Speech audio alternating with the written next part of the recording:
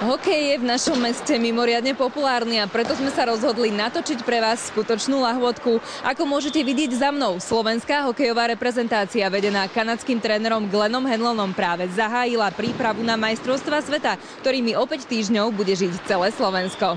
Slovensko, Slovensko, heja, heja, heja, Slovensko, Slovensko, Slovensko.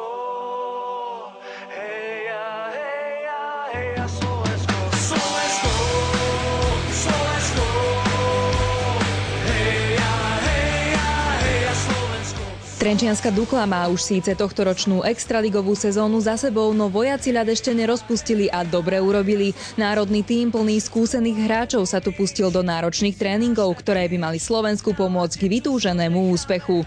Už je dobré, že už sme pokope, že ten tím je spoločný, lebo tá individuálna príprava nie je to bohviečo.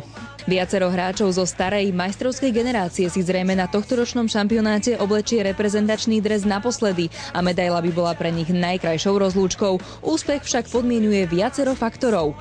Dúfam, že prekvapíme našou pracovitosťou, húževnatosťou a že budeme veľa strieľať, dobre brániť. Tým pádom pôjdeme úspechu a ústrety, no a dáme tomu, aby sa niečo pekné stalo, dobrú šancu. Všetci na Slovensku očakávajú, že budú medaily, ale ja si myslím, že treba to trošku krotiť a hlavne odštartovať dobre šampionát, dostať sa zo skupiny, dostať sa do toho štvrťfinále a myslím si, že potom tam rozhoduje o tom jeden zápas. Well, I think our main goals here is to start as we did today and get better. Musíme sa hlavne sústavne snažiť zlepšovať a musíme hrať rýchlo.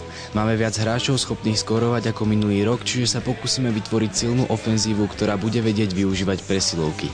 A nesmieme zabúdať na kvalitnú obranu.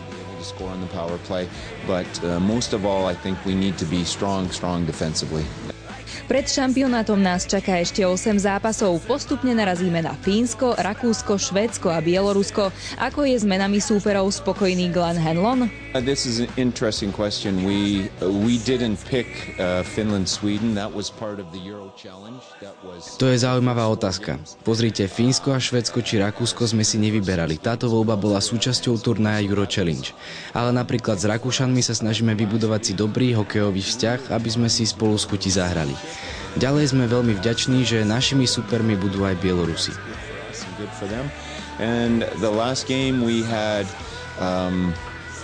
very few choices and we're very happy to have Belarus come in and play.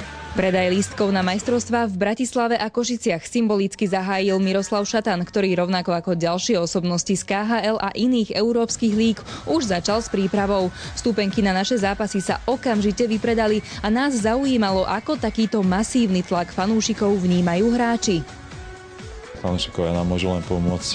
Tí, čo sme hrali v Čechách na majstrovstvách sveta, si pamätáme, že tá atmosféra bola fantastická a nás to vybičovalo perfektným výkonom.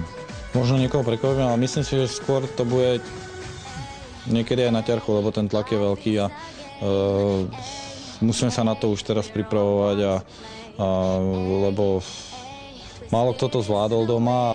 To je síce pravda, ale aj prípadný neúspech by sa dal odpustiť, ak reprezentanti budú hrať hlavne so srdcom. Veď napokon aj o tom je hokej. Krásny šport, ktorý sa na Slovensku teší obľúbe na všetkých úrovniach.